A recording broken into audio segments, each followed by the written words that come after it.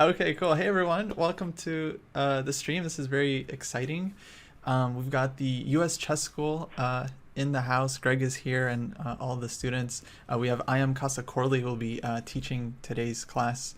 This is a new thing. The U.S. Chess School has never been online before. If you haven't heard about it, it's one of the best chess organizations out there. It's been teaching kids for many, many years now, and a bunch of America's, best players visited a couple sessions in the U.S. Chess School. So it's really, really cool. It's always been this amazing program for some of America's best players. And now it's online. Everyone's going to be able to watch. We have the students in the Zoom class who are going to be participating. And we're going to have a bunch of new coaches over the next couple of weeks.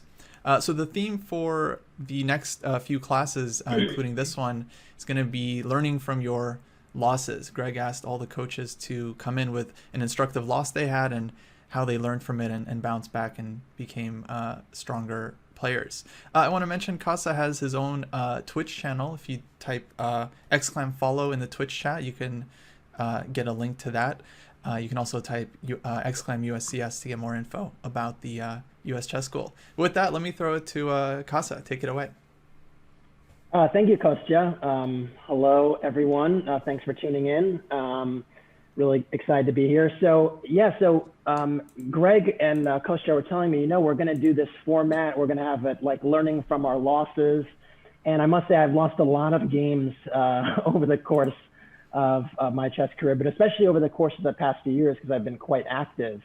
And I thought one of the situations or the structures that had really been, quite interesting, a quite interesting journey was actually the Carlsbad structure.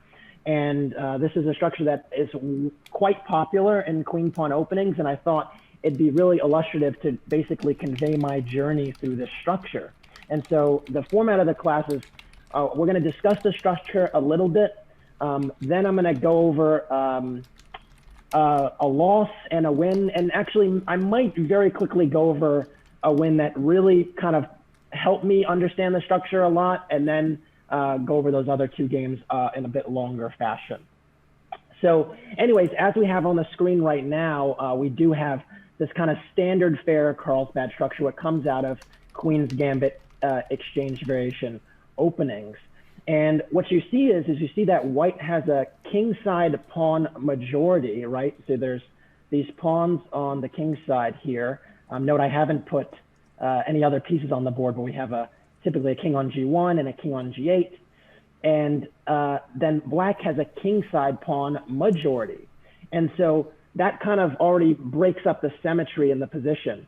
Does anyone want to kind of speak on any of the typical plans that you may or may not see in this structure as far as the pawn breaks are concerned? Because I think understanding pawn structures is actually very important to understanding the implications of the game continuation. So I see some voices in the chat.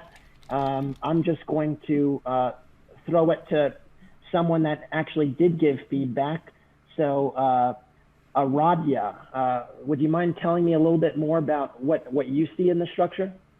Well, yeah, like a common idea is to go use the minority attack for white, which is to go beat like b4, a4, and b5, and sometimes white plays rook b1.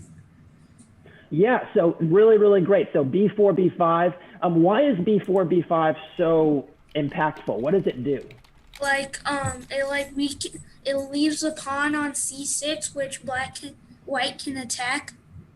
Right. So I'm gonna add a little bit more to your answer, but your answer was beautiful. Basically, what you're doing is you're getting at the base of black's pawn chain, right? So the base of the pawn chain we could really define as the one that holds it all together, and the b7 pawn is really the base of the queenside pawn chain. So this dynamic basically with b4, b5 basically causes some consternation to that side of the board. Now, there was another voice that I heard or saw, so I'm going to throw it to Ryo. Can you give me some other thematic pawn break or plan in the Carlsbad? Okay. for white, sometimes it's very typical to move the knight to e2 and then go with f3, e4. And sometimes for black, rarely though c5. And sometimes on the king side, f5, f4, or attack on the king side. Yeah, so you gave us a few very important themes there. So yeah, so f3, e4 is a pawn break for white. That break is really quite useful because what happens is then white has a nice pawn center, and with that duo of pawns can oftentimes develop a nice steamroller on the king side. So that's a more of a king side plan with aggression on that side of the board, and it's very, very important. You also mentioned that black sometimes plays for c5, and this move has serious implications, right? Because if you play c5, you're actually giving yourself an isolated pawn. But I noticed that you said I'll blow c5 maybe after f3. So I'm going to ask someone else instead of Ryo. Can anyone tell me why c5 might be something you'd be more inclined or encouraged to do after f3? Oh, I know this one.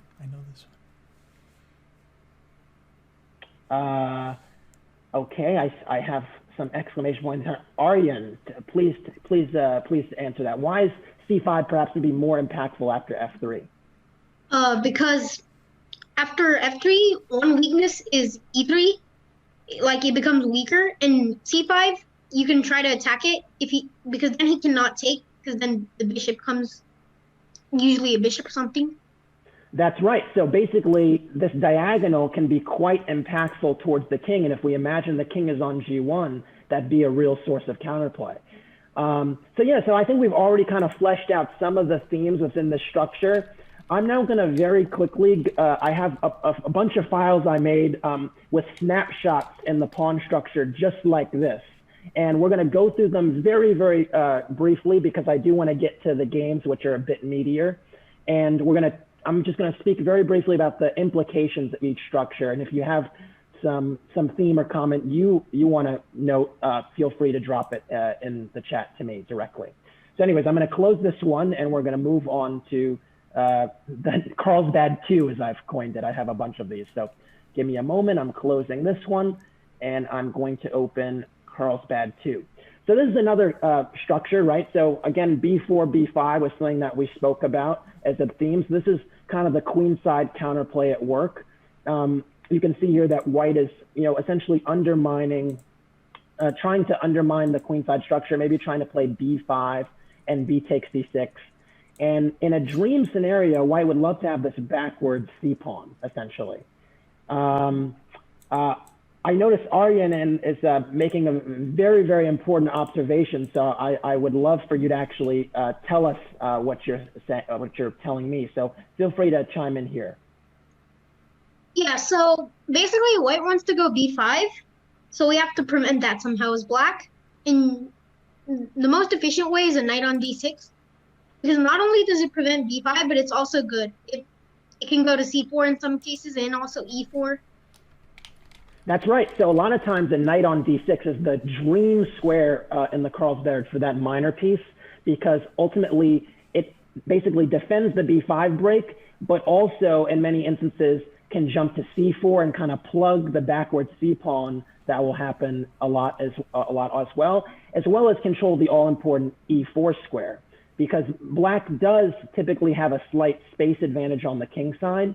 And so with that space advantage, it's nice to utilize that with a knight on d6. So don't worry, we're going to get a few more pieces on the board in a moment, but I'm just going to show some of the other transformations.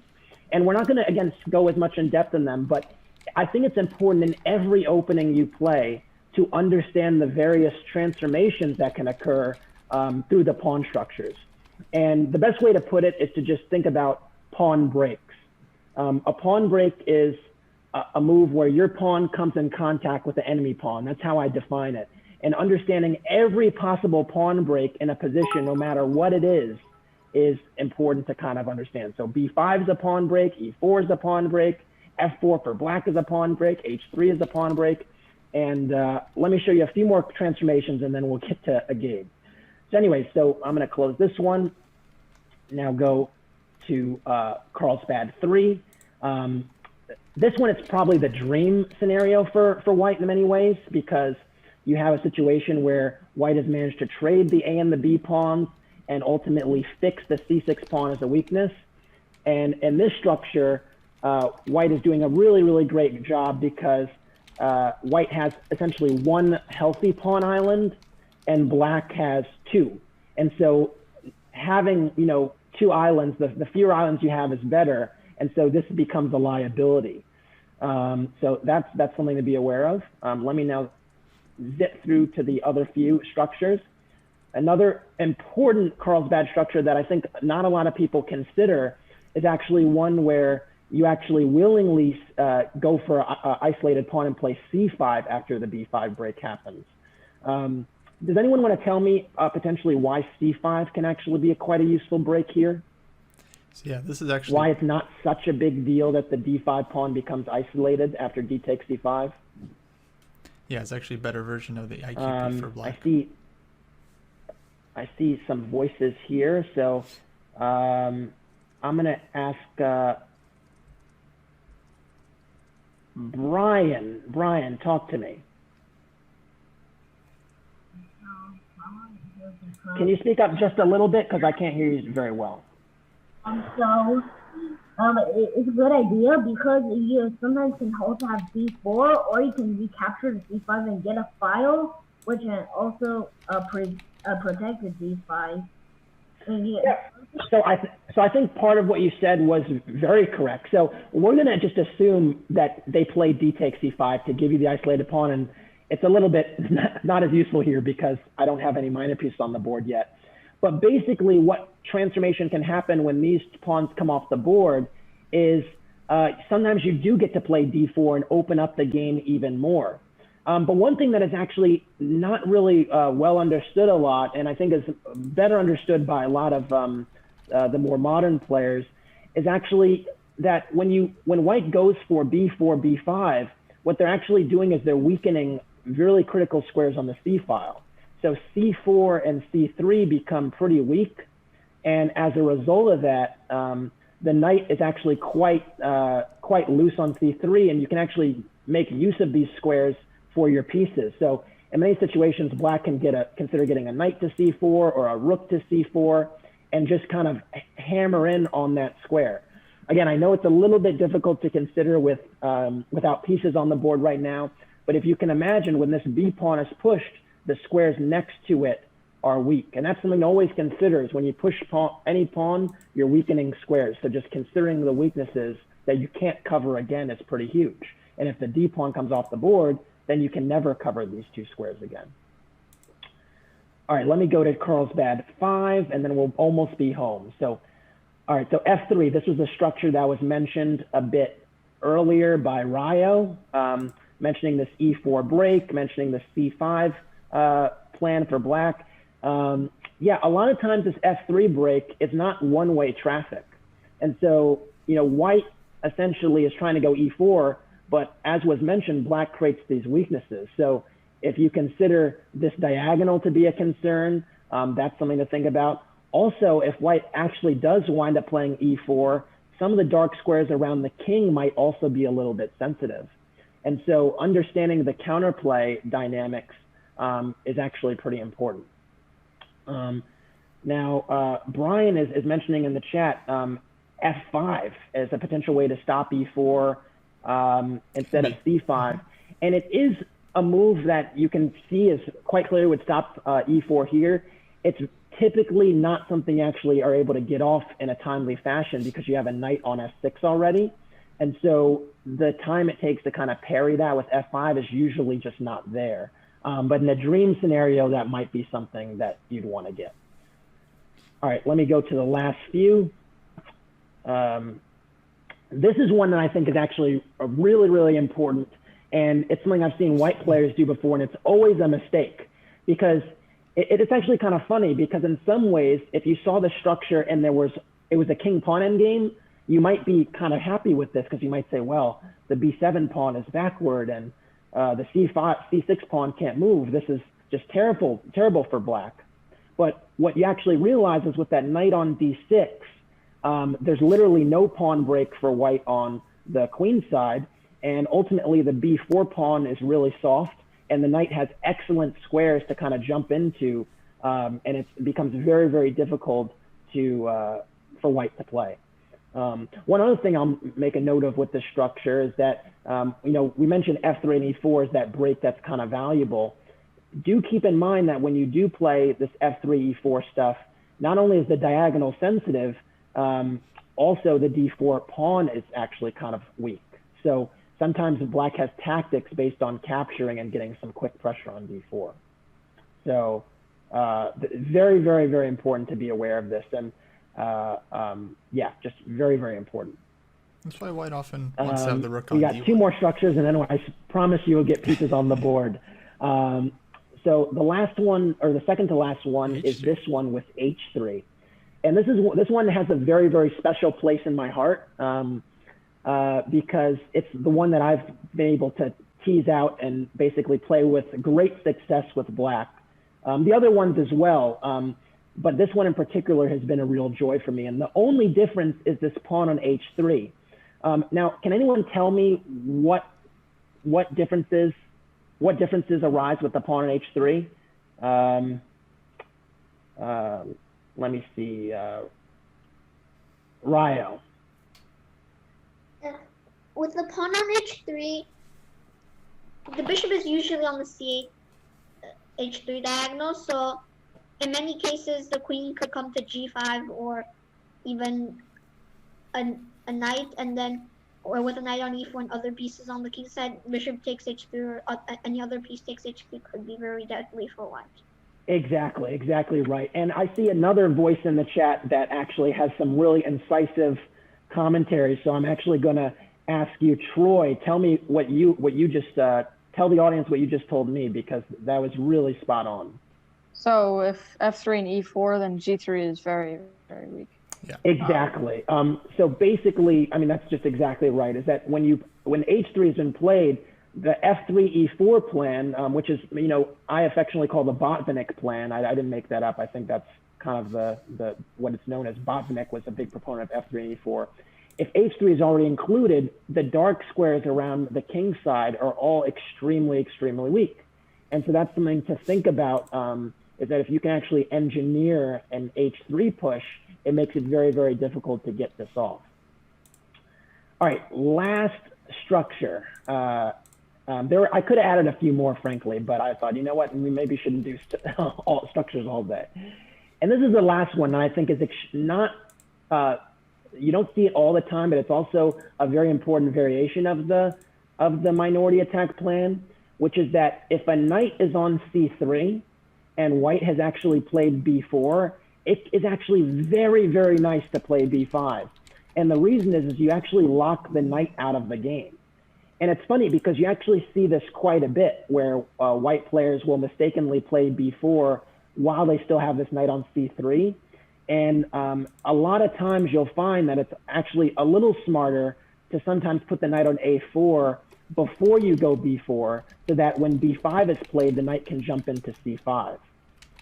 Because if the knight is caught on c3 and it doesn't have any square going forward, it's really not nice.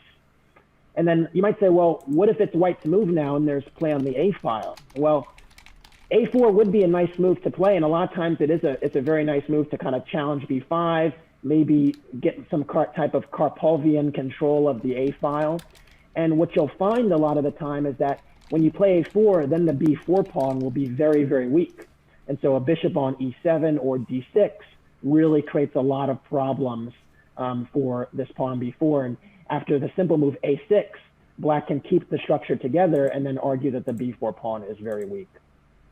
So these are very, very important nuances. I'm not going to call on you, but Ariane is saying most endings favor black, or I wouldn't go that far, but a lot of it really depends on the position. But understanding the nuances of these pawn breaks and structures really can inform where your play is coming from. So I'm gonna show you a quick game. Maybe you've seen it already.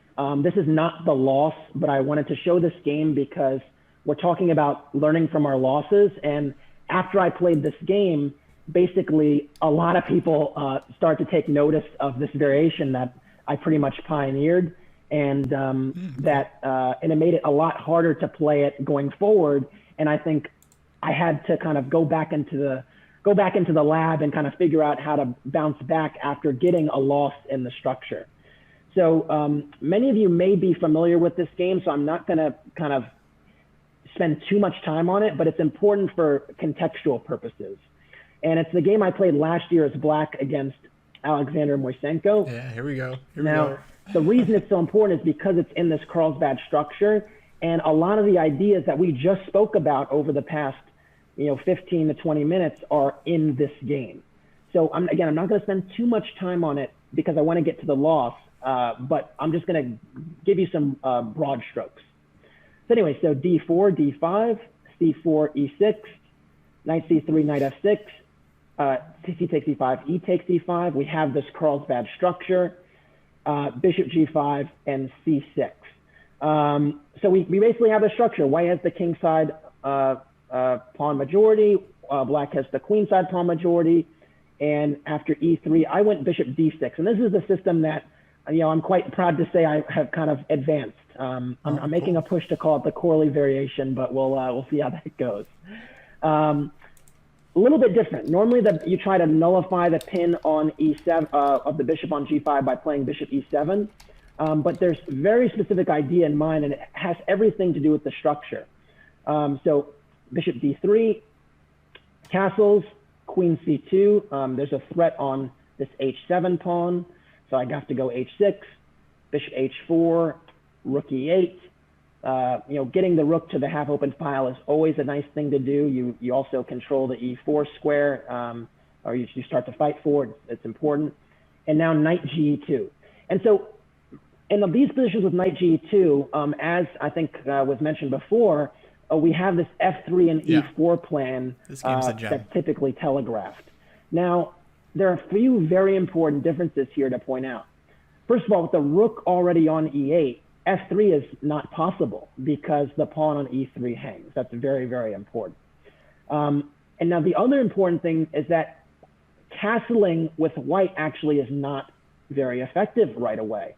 And so I played the move a5, and Moisenko played h3, and it's very, very important to understand why h3 was played.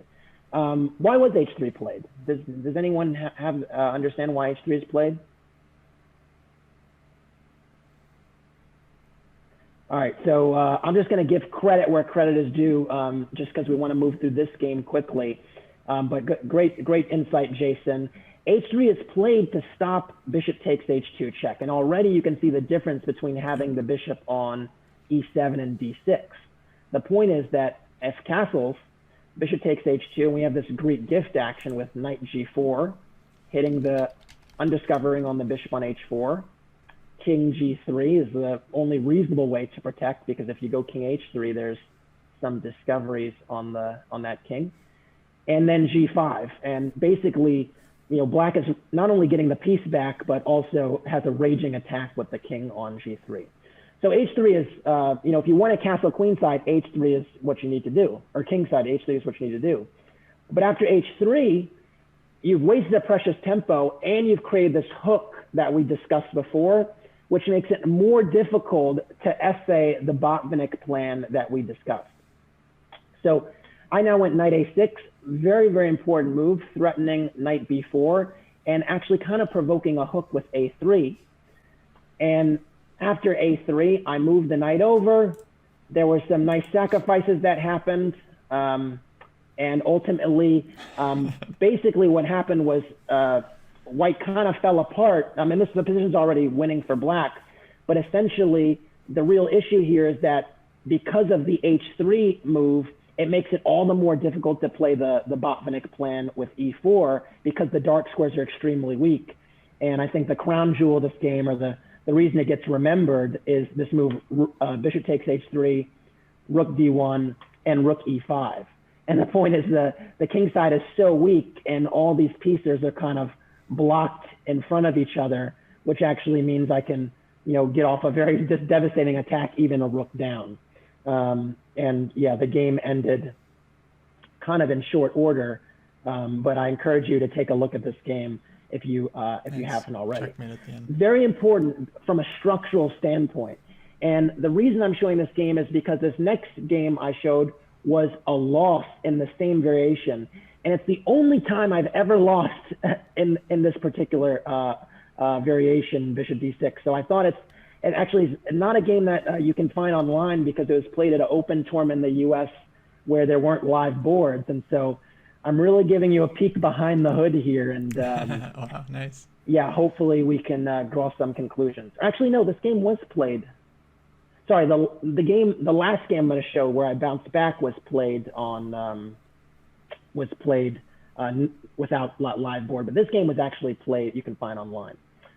So, anyways, we're going to get our Carlsbad structure again, and nothing is new under the sun just yet. Knight G2 was played before Queen C2. That actually is kind of notable.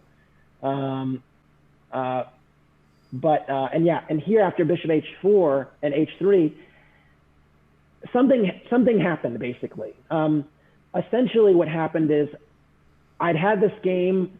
My opponent was this Grandmaster Hedin Stingrensen. He's a very good Icelandic GM who I believe resides in the States. And I was concerned that I wasn't concerned. I was fairly confident he'd seen this game that I was quite proud of and had preparation. And I was like, wow, this is a little bit different because the queen hasn't come to C2 as is typically played. And I was like, well, are there any differences here? And essentially I was really concerned and I thought, you know what, maybe it wasn't the best thing to play into the same particular variation. And so I played the move Knight BD7. And Knight BD7 is wrong for two different reasons here, which we will get into in a little bit. But I want you to see a little bit further the course of the game, and we'll come back to why there were some problems already here. So Knight BD7, Queen C2 is played now. I played Knight F8, thinking, okay, White's going to castle kingside. I've maybe going to mosey my knight over to G5 in similar fashion, but through the F8 instead of through C7. And then White actually castled. And here I was kind of already really, really not loving the position. Well, what are the differences here? Does anyone want to kind of make note of the differences here or point out anything? Castling queenside is pretty rare. I guess White can go G4, which is kind of annoying. I see some. Give me one moment to. Yuvraj, please tell me what's different here. Yuvraj, nice. Well, usually for queenside castling, mainly black uses time on going b5 and attacking queenside, and white tries to go g4 and stuff like that. Right. Usually, like kingside castle stuff is just like more like a normal position. Right. So basically, the dynamics of white castling queenside has made this a real race, even a more urgent race than usual, because all of a sudden, as you mentioned, b5, b4 might be a consideration, and white might go g4, g5. Now, the issue is that I've created this hook with h6, which means that g5, pretty much will instantly pry open the position in a quite uncomfortable way. And the problem is that with having gone knight bd7, I actually didn't provoke a3, which is extremely important. And so essentially with this b5, b4, there's not going to be as useful a breakthrough because the knight can go to a4 and essentially blockade the pawn. So just as a sample variation, I actually did go b5 here, and white went king b1, and I went a5. And the reason I went a5 is because I was looking at this position, I was like, man, like b4 just doesn't really do anything. The knight comes to a4, it's blockading the c5 break. I don't see how I can break through further. And I was just frustrated with what seemed an attack that would be easily stymied. Now, you can argue that I should have gone for this, but basically this kind of foil essentially totally spoiled my mood and also had me sink into the tank on the clock. And so I think one of the first things that happens when things aren't going well a lot of the time is you get discouraged, you get easily discouraged, and a lot of times you actually start to spend a lot of time. These are things that you absolutely should not do when you sense trouble. And it's something that is a real learning lesson for me personally, is that when you're in trouble, don't feel like you're down on the board and the clock, because then you don't have anything that you're really playing for. And so just from a chess intangibles perspective, make sure that you keep one advantage somewhere.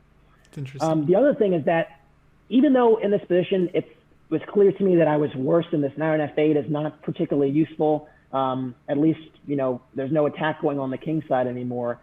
It's important to recognize that just because you're worse doesn't mean you have to lose. And I think a lot of the times we're like, oh, the opening went wrong, I was worse, and that's why I lost. And it's not why you lost.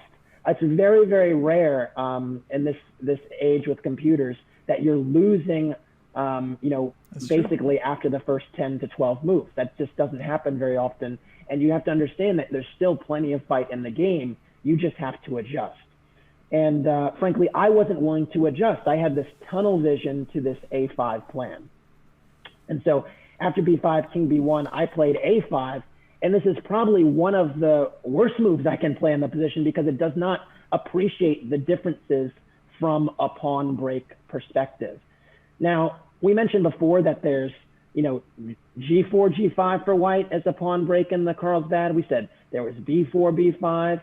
And we also said there was this Botvinnik plan with e4. And you should always consider pawn breaks in any position. And I played a5 and did not even consider e4, which is, when you see it, it's just without f3. It's clear as day that that's a nice move to be played that puts pressure on this pin here, that threatens this fork on e5, and already here a troublesome position became worse. Now, let's say a5 was not a very good move. Let's say that I had seen e4, anticipate e4. What would be better? This is a ask the audience question. What would be better than just if I saw e4 on the horizon and I considered it? Someone's saying g5. So someone mentioned b4. We did already say b4, knight a4. Not ideal, but it's definitely better than a5 for sure. Can I get something else besides b4 though?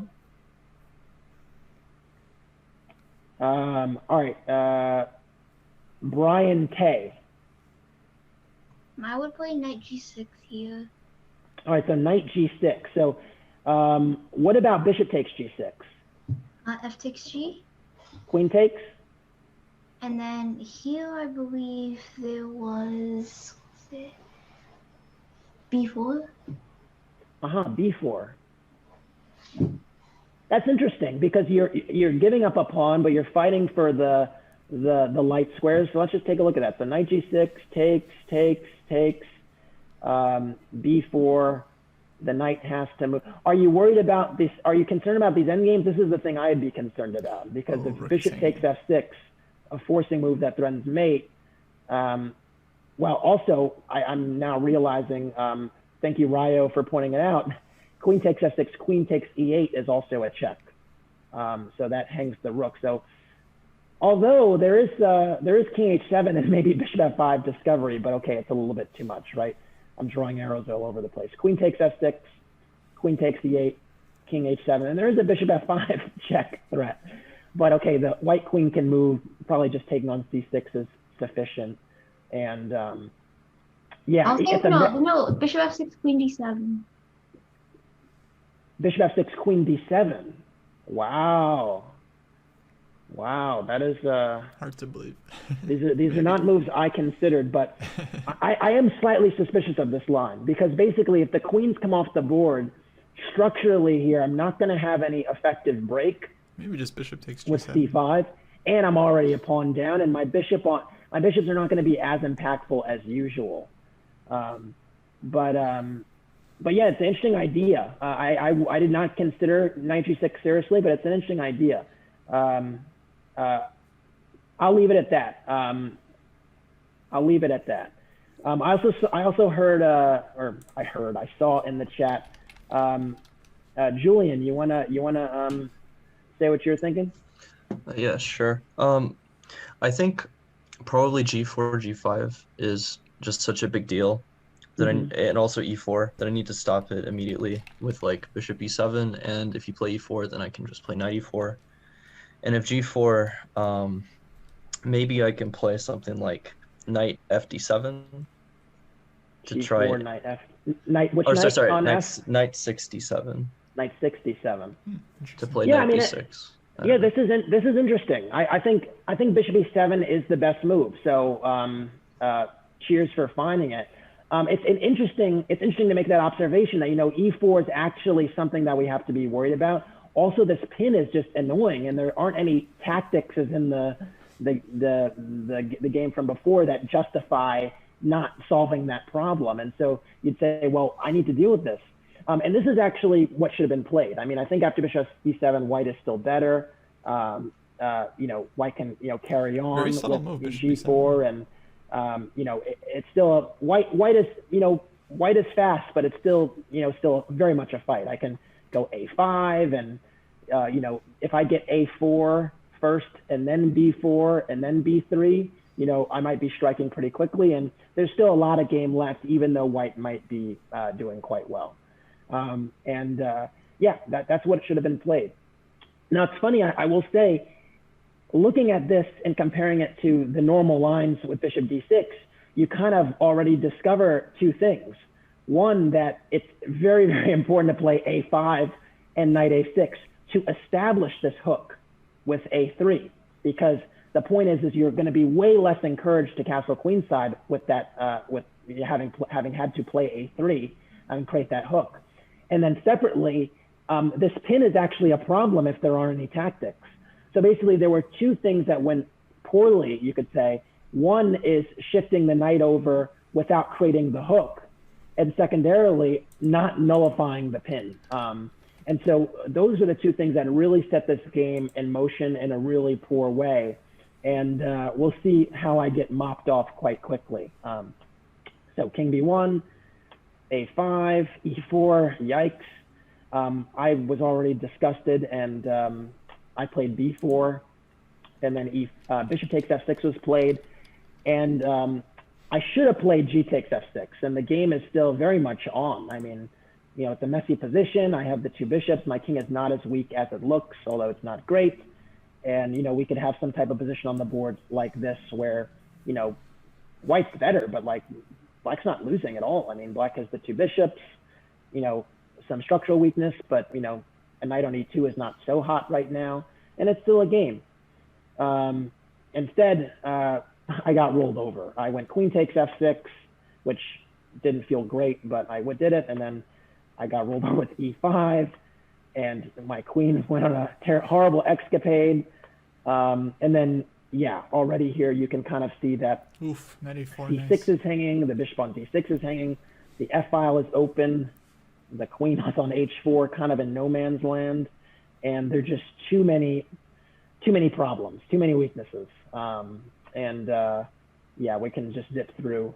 I lost it in short order. I tried to fight, but yeah, when you're playing good players, you can't play this way. And ultimately, even though I managed to get a rook for my two pieces, my king is way too weak to even consider there being some type of survival mode going on. And frankly, I could have resigned earlier, but I think I kind of, sometimes when you have that shock of making serious mistakes, it actually can sometimes help to just play a few more moves for it to wear off, because at least for me, when I resign, I need to be ready. I need to mentally be prepared to lose the game. And sometimes you're not prepared when you're shocked.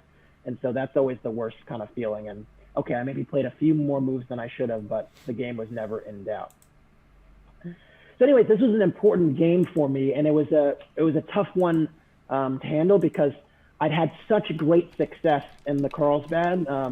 In fact, this is the only game I'd ever lost in the structure with Bishop D6, the Korley variation. And it was something that told me, you know what? People now are aware I need to go back to the drawing board, and I don't need to ditch everything. And I think that was the thing that, you know, came out of this game too, is I basically decided very early on, I'm sorry, I'm just dipping back to the position. I decided very early on, I was like, oh no, Queen C2 has not been played. Something's different here. And then I also said, well, they're going to know something. They're going to have some idea. I need to switch.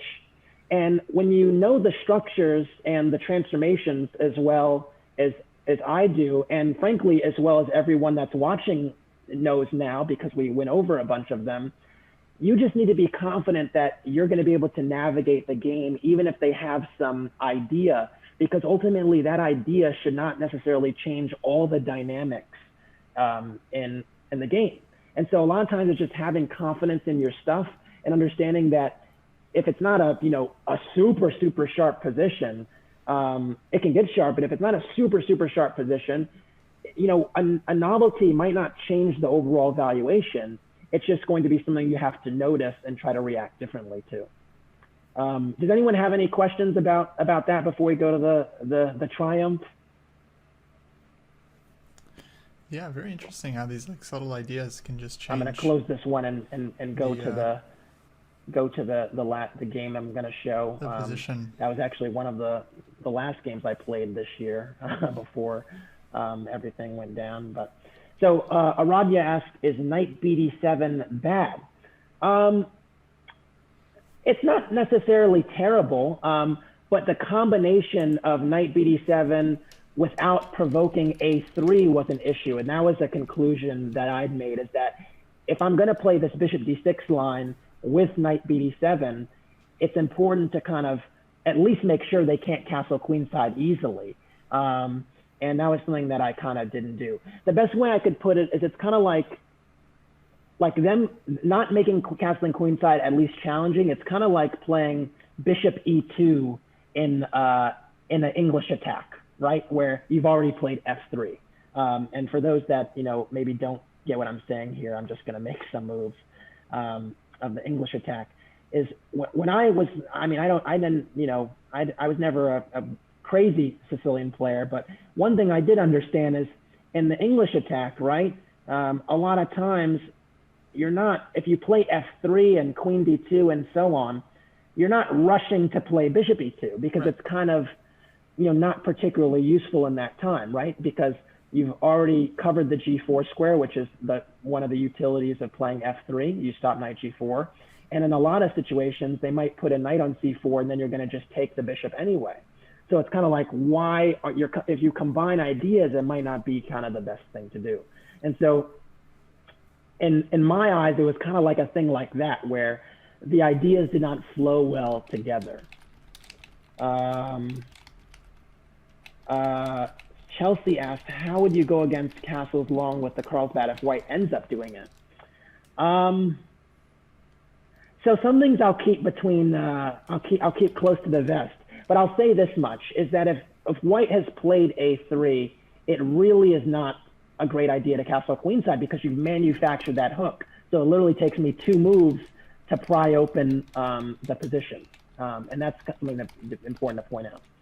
So anyways, just to get into this game, this game was played between, I'm probably going to bludgeon his name, but Grandmaster Bartolomé Machea. I know I'm ruining it, but the Polish Grandmaster, who is, you know, a coach at a school in Texas. I think it's one of the really strong schools that supports a lot of chess scholarships. I can't remember the name. I think it's UTRGV he's the coach of, but I can't say with 100% Rio Grande. Yeah, Rio Grande. Okay. But yeah, he's been in the States for some time now, and you know, former European champion, I believe, back in the day. So anyways, let's get into it. So C4, this is, by the way, this is the last round this is round 9 in the Southwest Class this year in 2020 in February. One of the last games I had played this year before, you know, we kind of went into our bunkers.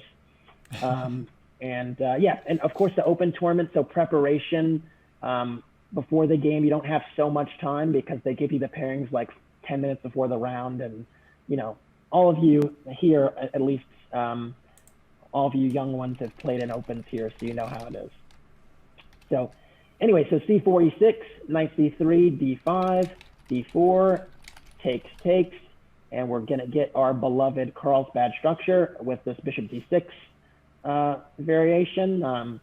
Bishop D3, castles, knight G2, H6, bishop H4, rook E8, and H3. And here I had, you know, a decision to make, right? We literally had this game. The game where I'd lost to Steengrimsson was actually in late 2019. So there were like 3 or 4 months between games. But maybe you've seen this game. He followed the same exact path. And frankly, I learned something that basically you all have learned now, which is this combination of knight D7, bishop D6, without kind of creating this, you know, magic hook on the queen side is probably not a great idea, especially if I'm going to go bishop E7 back a few rounds later. So I decided to play A5 because, you know what, I need to at least provoke this A3 move. So the thing that concerned me was that, well, if after A5, well, maybe he doesn't play Queen C2. Maybe that's the detail. Maybe that's the thing that is I'm missing. And funnily enough, after A5, Bartek, as I affectionately call him, and I believe I'm not the only one, castled right away. And already here, something had been different from the game, from the first game we looked at, which was Worth the Sacrifices, which is what? What's the difference here with castling right away and not playing Queen C2? What are some of the implications of this setup?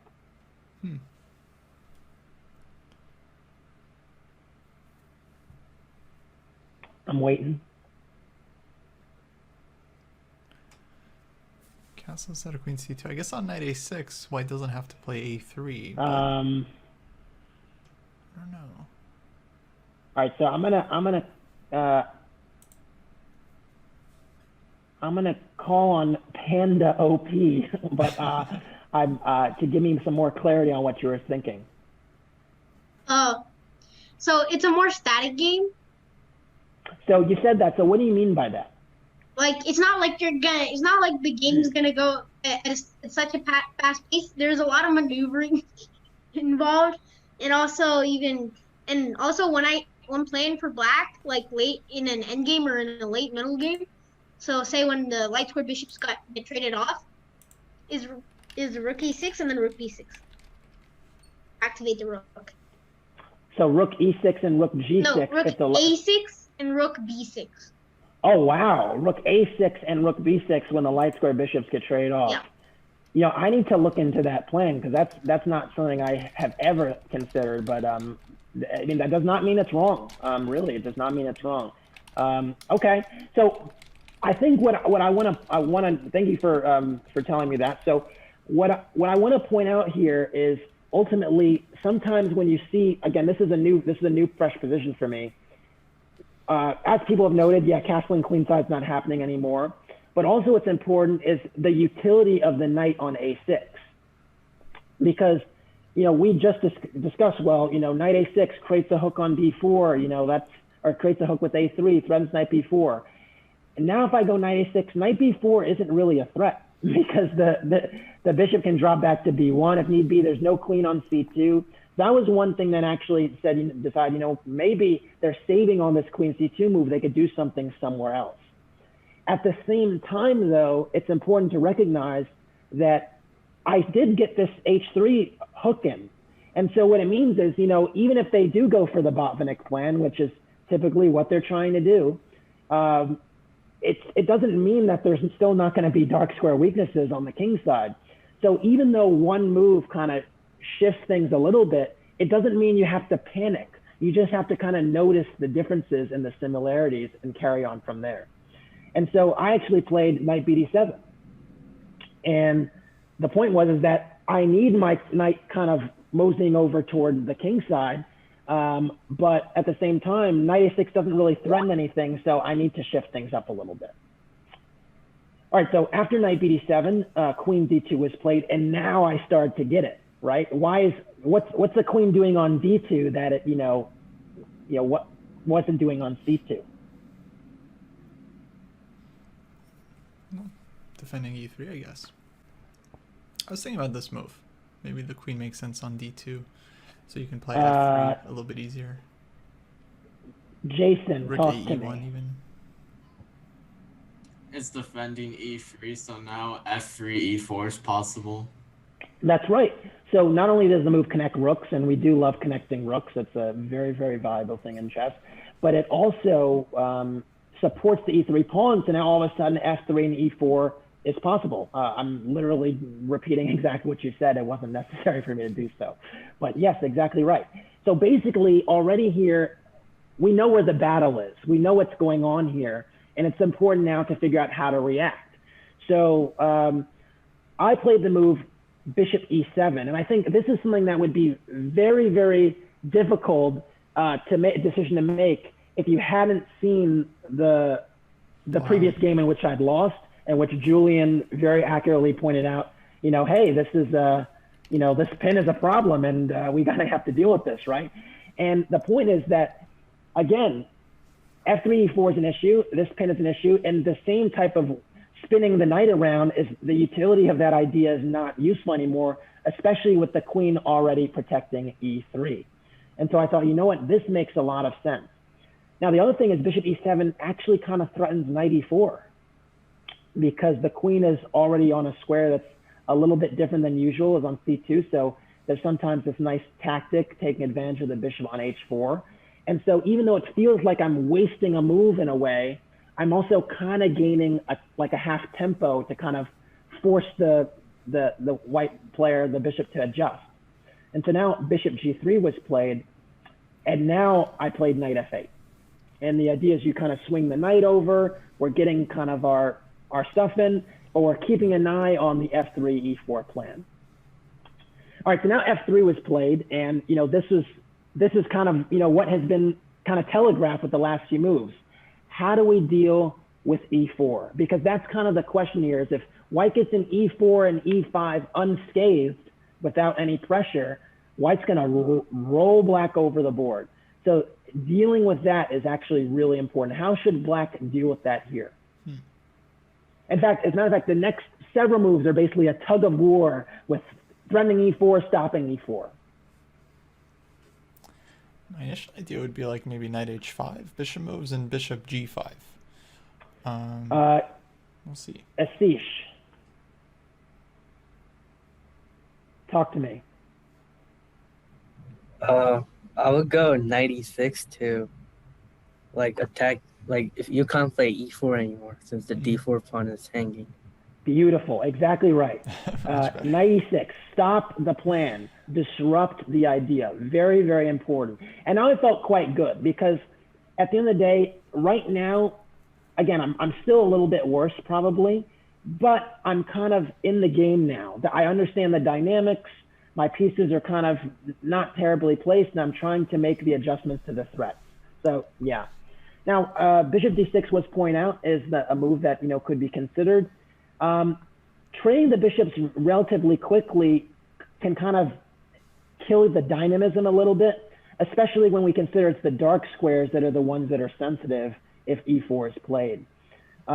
More importantly, though, is I'm not 100% sure if this stops E4. Because now if queen takes D6, E4 may or may not work, right? And then there might be a fork idea. And if you take, I think everything is covered. Not saying this is completely clear, not saying that at all, but it definitely is something to consider. So, I realize actually we're almost on the, I want to get to more critical parts of the game, or okay, there are a bunch of critical moments, but I feel like we might be coming up on some time crunch. So I'm not going to spend so much time on every single move, but there are some important details ahead. So anyway, so Knight E6, King H1, very, very interesting move. One of the things that was important, or I thought was pretty important, was that if E4 was played, as was mentioned, one of the things that was on my radar was scenarios where E5 is played. and there might be some bishop h7 check themes with the queen being unprotected. So in some ways with the king on h1, those themes are somewhat renewed. Not quite, because there's knight takes e2 and knight takes g3, but those, and knight takes g3 with tempo if the king is on h1. But moving the king on to h1 makes a lot of sense if you're trying to get in this e4 move. So anyway, so king h1, and now I like my knight on e6. It kind of discouraging e4, and it's like, well, how do I continue? I have to continue to disrupt the e4 plan. And so the way I decided to disrupt the plan was with b5. And again, it's all around whether e4 is going to be something that happens cleanly or not. And I thought b5 was a nice idea to kind of undermine this knight on c3 a little bit, or at least make white think about it. Now, Arad asks, why not king h2 instead of king h1? A lot of times the king is actually very, very vulnerable on this diagonal. I see it a lot, especially in situations where one side is fianchettoed, or especially in like King's Indians, where a lot of times players below the expert level, you'll see them have like a fianchettoed position on the king side with the bishop on g7, and then they'll have a pawn h6, and they'll actually go king h7 instead of king h8. And what I'll say is, 95% of the time, the king is actually better on h8 behind the eye of the bishop on that diagonal. And so I think there's a little bit of symmetry here, which is, thank you, Ryo, for pointing it out, which is that if you have the king on this diagonal, after a move like knight h5, ultimately your king is just not going to be secure there. And so on h1, it's actually a bit safer behind that diagonal than it is on h2. So that would be basically the conclusion there. So anyway, so king h1, b5, rook c1, and this in some ways is a small victory, I would say. Not because why black is better or anything, but because we've discouraged the e4 plan enough that they're actually kind of thinking about other things, right? They're like, you know what, like e4 kind of is not in the cards anymore. b4 is annoying, a4 is annoying, like, and so I was like, you know what, this is actually not so bad. But the issue with b5, especially when when there's it's a half open file, right? Is the c6 pawn is very sensitive, and so I have to deal with that, and I went bishop b7. All right, so bishop b1 was played now, not the most incisive, but again, kind of an admission that you know what, this e4 thing is not really on the cards right now. And one of the themes here is that with bishop b1, the d4 pawn is actually protected again. So maybe e4 actually becomes an idea now that the pawn is reinforced, and black can't just win it outright. And now I wanted to challenge this knight on c3, but as we mentioned before, it's very important to ensure, we looked at like one of those Carlsbad structures at the beginning, that the knight on c3 is not, does not get active. It does not get to the c5 square.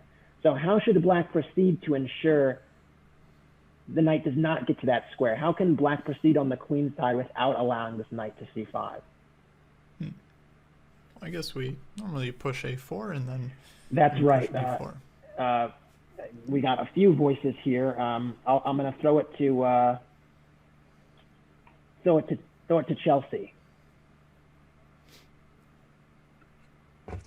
We could first play a4 and then b4, so then when we play b4, the knight can't go to a4. Exactly right. And that's what I thought. I thought, you know what? We're going to get this a4 move in. This knight is not going to have, meaningful squares.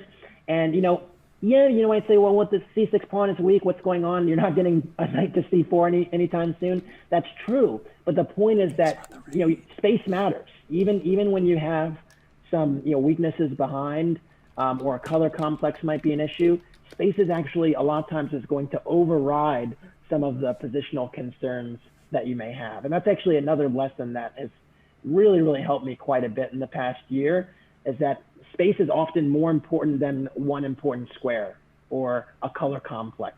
The space will be the dominant overriding factor. And so by taking more space on the queen side, that's more important than like, the pawns all being on light squares for the bishop to attack in an endgame or something like that. All right, so a3 is played to at least deal with the b4 threat. I played b4 anyway, and after a takes b4, bishop takes b4, you know, the first wave is kind of over. You know, e4 is still not really such a big deal because we have this pin here. We have a rook ready to spring into action on a half-open file. We've managed to stymie e4. We've even managed to get some activity on the queen side. You know, white is still, you know, structurally doing quite decently, but the first wave is over. Black has solved the initial concerns around the e4 plan. So now we're going to go to the second wave.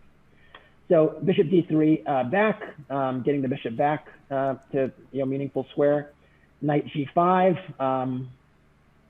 You know, again, eyeing some of these business squares, teasing out, you know, potential sacrifices. Also keeping an eye on this e4 break. You know, just saying, hey, you play e4, my bishop can come to life too. You know, I can, you know, take and go c5. You know, I'm ready for you to open the position. In fact, here it doesn't even work because there's this pin here. All right, rook a1, queen e7, finally connecting the rooks. Took a while to do that. Attacking e3, bishop f2, bishop c8, and now again, even though the game has shifted quite a bit from, you know, what I would have, you know, my knight dance in the dream scenario with the sack mate. Well, what's happened is that the nature of this h3 move is it's a long-term issue. So it constantly gives black the potential for counterplay, even in a position where, you know, they might have some problems on the queen side. And I think that's the kind of important thing to kind of get across, is even though, you know, there was some novelty in the opening, it did not change the fundamental nature of the position. And so that's important to understand, even when, you know, you're faced with a new move, is how much does it actually change? Does it change the way I need to play? You know, how much is being compromised? The knight f4 defended some of these sacrifices. There were some themes with sacks on h3 and f3. Knight covers. I tried to remove that defender. We exchanged the knight. My bishop is on a reasonable square. My a pawn is attacked. I decided to trade it. And now this is the new moment, the second phase of the game here. So maybe the third phase. If you consider the first phase like the opening, the second phase, the tug of war behind e4, and the third phase, the pressing the weakness of the minority, the minority structure, and particularly that pawn on c6. So from a positional perspective, white has gotten what they wanted to a certain extent on the queen side, right? Like the c6 pawn is, you know, backward. This was one of the structures we talked about. White has this this one healthy pawn island, and black has two. What makes it so that black's position is really not that bad? What makes the position extremely playable for black?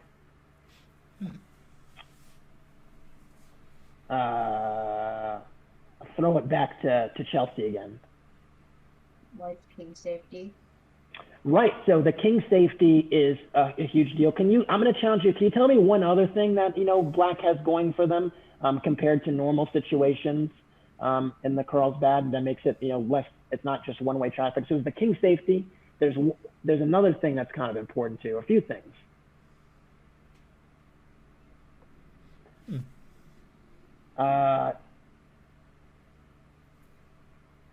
Jessica.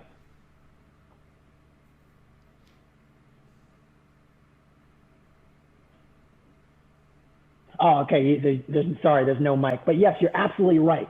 Black has some open files. The bishops are active. Those are very, very important aspects.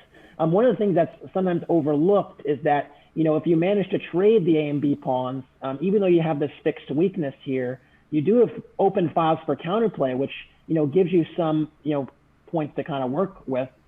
And then I think last but not least, which was not pointed out by anyone, is that if they don't play e4, e3 is a weakness.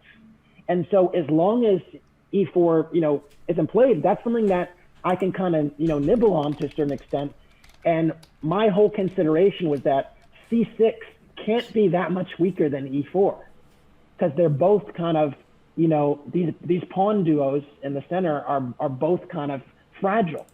And I thought that the one near the king is going to be at least more of an issue than the queenside issue.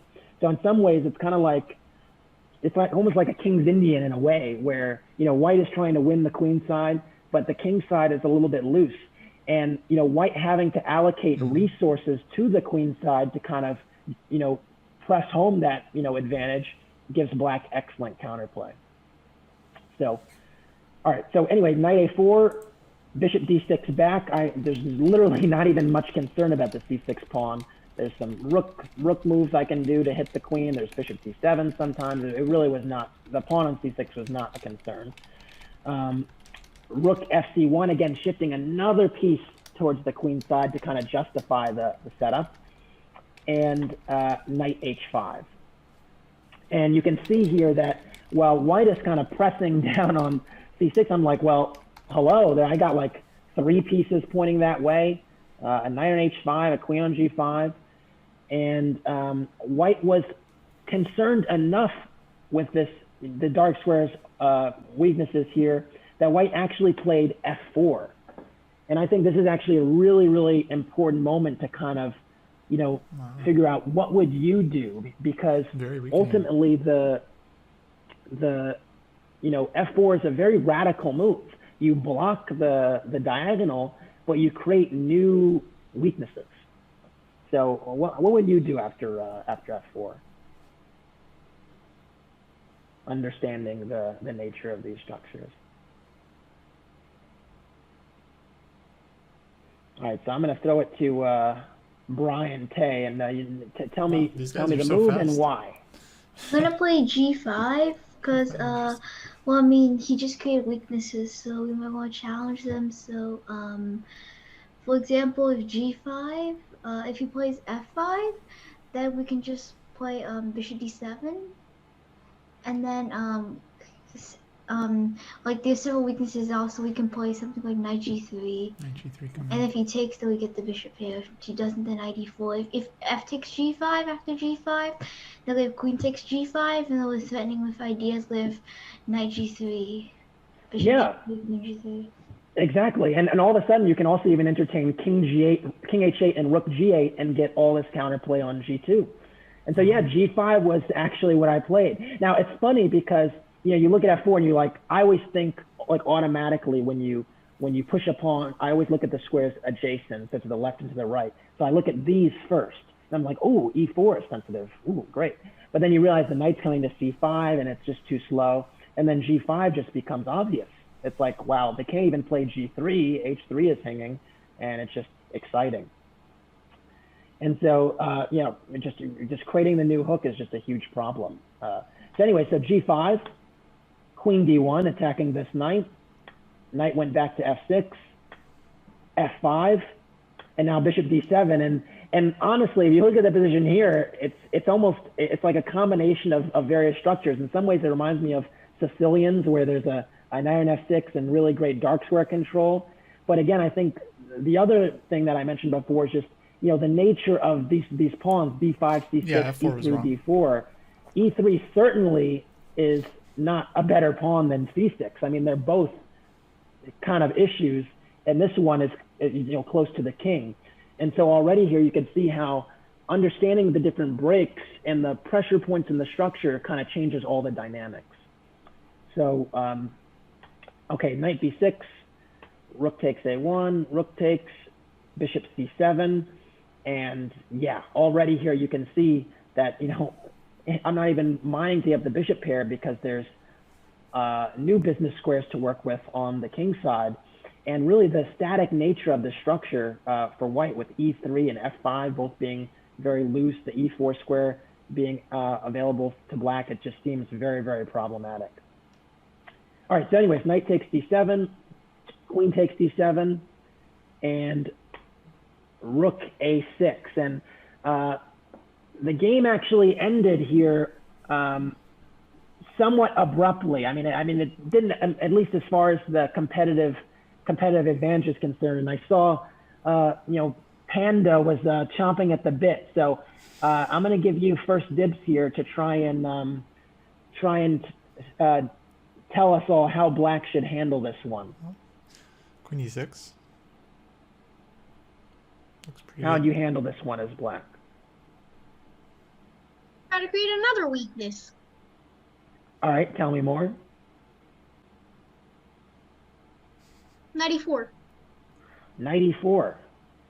So your idea with 94 is if what if bishop takes e4? Rook takes.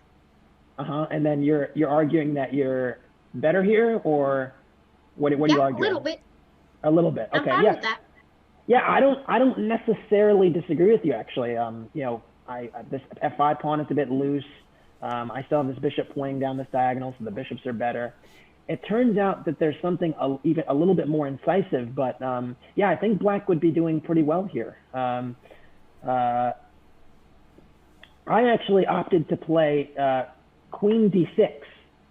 And the reason for this is I found you know, a forcing continuation that I thought is pretty nice, and I noticed that someone has spotted in the chat, so I'm just gonna throw it to Asish to tell us all what's coming up next.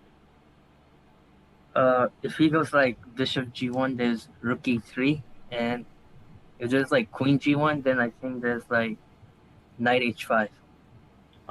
Yeah. Very, very dangerous. Very, very nice. There's knight h5 themes. There's queen g3 themes. What if g3 as is played in the game? Oh man. This is to anyone. You have to give me a next few moves. Easy. Troy. Rook takes c3 is an idea. So can you give me more than a move? Rook takes c3, bishop takes c3, queen takes g3, queen. Not sure, e2 or d2. All right, so you got the line that is I think pretty relevant. So yeah, that's what happened. Rook takes e3, nice. Queen takes g3, queen takes h3, and king g1. And I think this is kind of the moment where you kind of have to be like, okay, I have, you know, probably at least a draw in hand.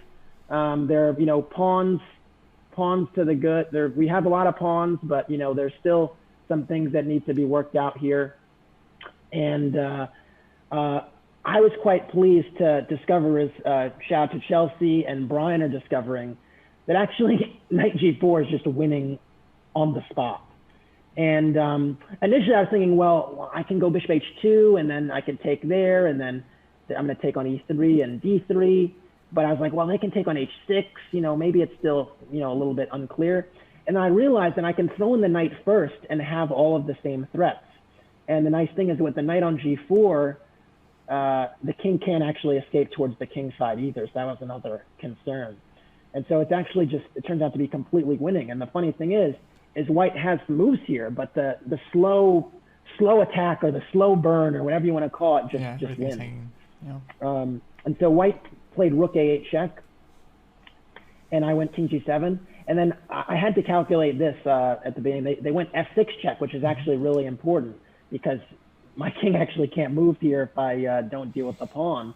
And this is something I was worried about. I was like, well, what if f6 check? What do I do? And I realized that actually after knight takes f6, I can just go back to g4. Nothing is changing.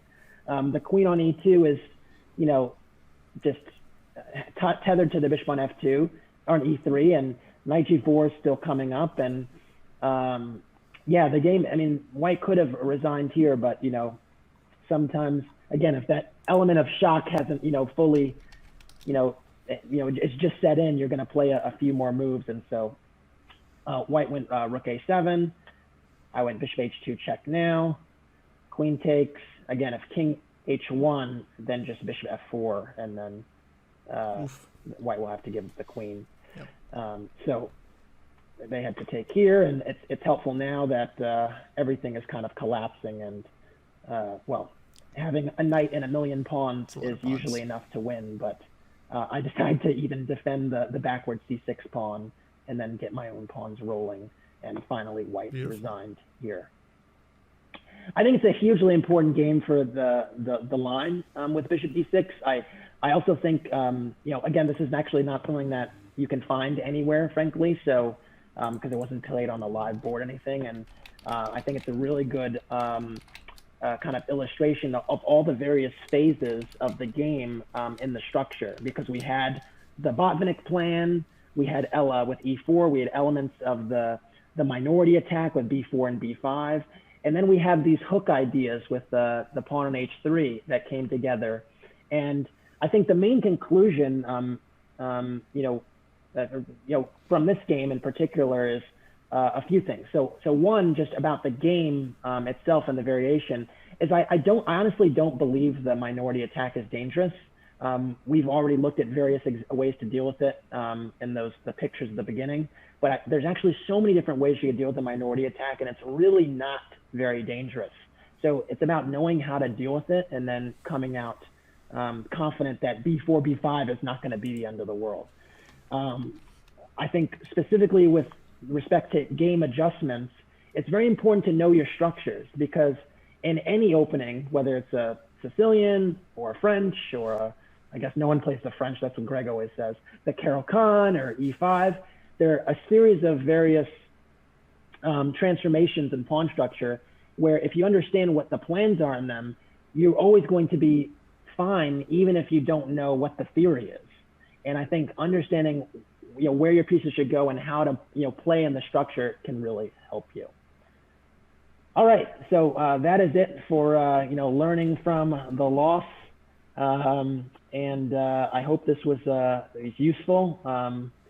I'm actually quite confident it was useful. It was useful to me after I got hammered in that first game, and I was like, man, like this line is good. Why is it going so poorly? But I think it's something to definitely think about in your own games. So that's all I got. I guess we're on to the questions phase. Yeah, thanks, Kassa. That was great. Twitch absolutely loved the lecture. Super interesting.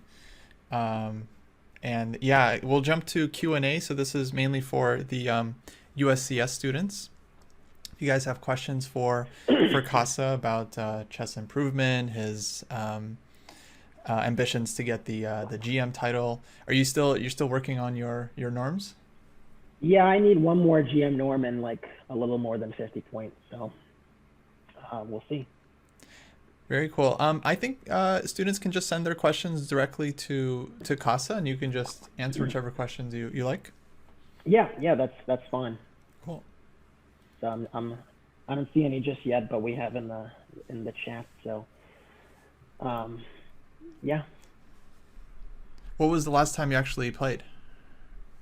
Yeah, so the last time I played was like the first or second day of March, because I was playing in a tournament that the Marshall had held, like a GM IM invitational, much in the vein of the stuff that happens in Charlotte. And it's actually funny, my very last game of before everything kind of changed was actually a Carlsbad structure with black, where I was quite annoyed not to win the game. I got a nice winning position. There were similar themes to this game, and did not seal the deal. But yeah, I must say the Carlsbad structure it used to be a source of weakness and something that I was fearful of, because I just saw, I was like, oh my God, B4, B5, the backward C pawn, and I'm not a natural attacker. So it was something where I was like, oh my God, I'm just getting positionally squeezed and this is terrible. And then turning that weakness into a strength was a huge thing. All right, so now we got some questions. So let me see. So, all right, so I have an ambition to get into GM. Any help on that? Not just GM. So, so I've always kind of learned from my losses, frankly. I've never had a coach, so, it's been a real struggle, just trying to get better at times. And it was something that used to frustrate me, but now I'm quite proud of it. I'm quite pleased with the progress you can make. And I think basically it's just trying to never lose the same way and constantly be trying to make adjustments. And, I can throw out a bunch of platitudes about how you can make adjustments, but the obvious things would be, obviously going over your games. Even in whether in games you win or lose, trying to find various options in the positions, even if you found a good move. Because a lot of times, again, like in this Carlsbad structure, I showed you like 8 transformations that can happen based upon pawn breaks, and they're more than I showed. They're dozens. And so understanding the various transformations alone gives you so many different options in your own openings. And so just understanding, trying to create more optionality in your game will help you a great deal. How old were you when you started chess? So I was 5 when I knew how to play, or I don't know how I learned how to play, honestly. And my first tournament, I believe I was 8. I think my first rating was like 900. All right. How did you study at 2000 rated? Yeah, so I guess like I was always the type of player that was kind of like a grinder and a slower player from the standpoint of pace of play. I was not good at tactics, and even now, tactics are the weakest part of my game, but I've tried to turn it into more of a strength than it was before. And so basically the way I would win games up until the 2100 level was winning a pawn and then trading everything and just trying to consolidate and maybe winning a second pawn somewhere and then winning the game. And there were limits to, just doing that. And then the first time I ever worked on my tactics actually was this book, Perfect Your Chess, which is well known by Volakeetin and Grabinski.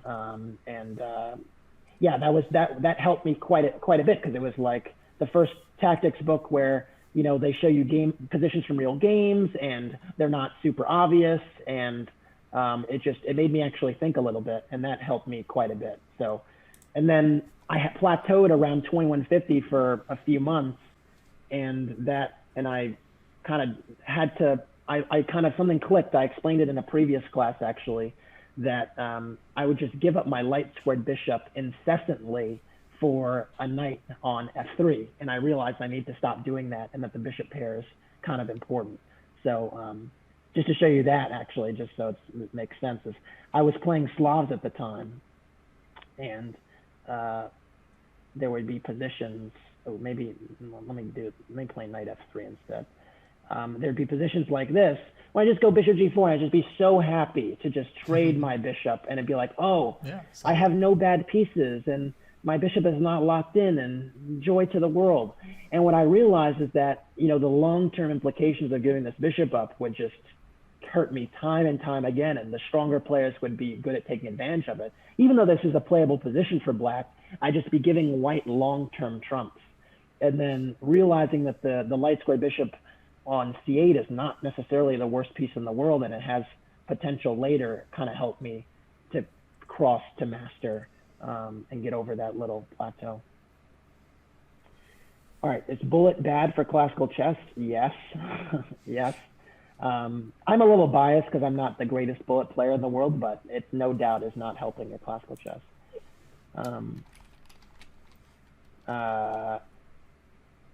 Would you suggest playing against an engine to improve general play, as in playing a whole game against a very strong engine such as Stockfish, or perhaps setting up an opening position and playing the position against the engine from there? If you have the discipline to do that, and play like, I would say not, and if you have the discipline to play an engine and lose over and over again and try to make adjustments and see where that goes, by all means. Most people do not have that discipline. So that would be very impressive if you did. I think one way that's maybe a bit more practical is to play against the engine in various endgames. So, if you go into Fritz and you basically play like, you learn how to play like rook and 3 pawns versus rook and 4, you know how to defend that, or, positions that are, are drawn, but like they require a lot of work, that will be excellent practice. And I think a little bit more helpful from just a mental standpoint, because sometimes might drive you crazy getting the same result. There are other things you can do at the engine too. You can, either you can create engine matches in the openings you care about. You can look at the TCEC engine games that are happening. A lot of times you're going to see interesting ideas and concepts there. And a lot of times, even watch commentary of strong players. You know, a lot of times there's really nice commentary now with all these online events. And, you know, you might be watching for 3 or 4 hours and, you know, a lot of it is just not that useful, but you watch it because you might get that 5 minutes worth of like golden knowledge that you can apply to something. And that could be very helpful for you. Did you ever hit a plateau in your career that took you a long time to break through? If so, what did you do to break through?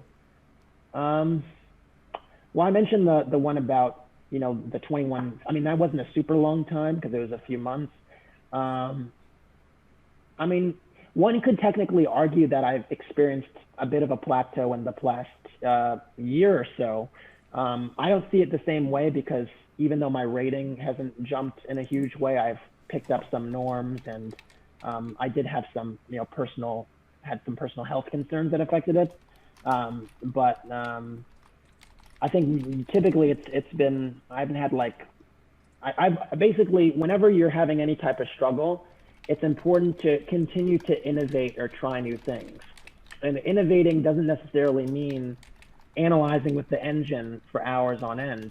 It just means trying to find new wrinkles on your own or with the engine, but that basically create new dimensions to the game. So I mentioned before, this optionality is huge because the more options you have, the more counters you have, the more you can deal with the different setups that might be thrown at you when they are.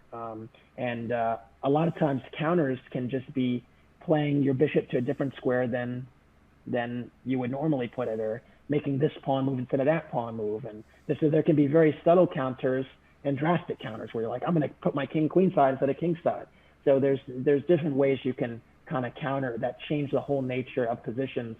And then that makes it fresh for you without having to like buy an opening book and change your opening, which I think is the really popular thing to do.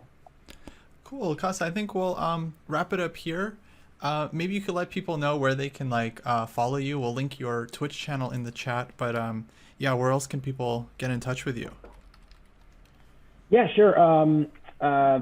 Yeah, I think I've taken like a hiatus from Twitch because I hadn't been feeling too great the past few months, but I hope to be back streaming on Twitch soon. I also do some private coaching, so if you are interested in that, you can find my email on like my Elite Chess profile or chess.com profile, but and shoot me an email at kassakorley@gmail.com. Yeah, there's some other things, but I'm not gonna waste people's time with those. Cool. Well, I think we'll wrap it up there. Thanks so much, Kassa. It was a really, really enjoyable, really instructive class. Thanks to all the students. I guess we can open up the chat. This is a USCS tradition. We always open up the group chat at the end, let the students go wild before we finish things up. Yep, go crazy. Let's see. By the way, it's always incoherent. Yeah, it's usually just a lot of spam. Yeah. But all right, I'm going to close Greg, out of you're the getting meeting some now. love. Oh, Greg wow. is getting some love today. Wow. Wow, this is rare. One time Greg blundered like some move in the variation, like bishop They d6, know. like 4 months ago, and they'll still spam it. They know the move, so they're gonna start spamming it now. Probably. There it goes. Evan just put it in there. Oh, it was a queen d6. Hilarious. All right, guys, I'm gonna close the meeting. Thank you everyone for tuning in. We'll catch you all next time. Have a good one.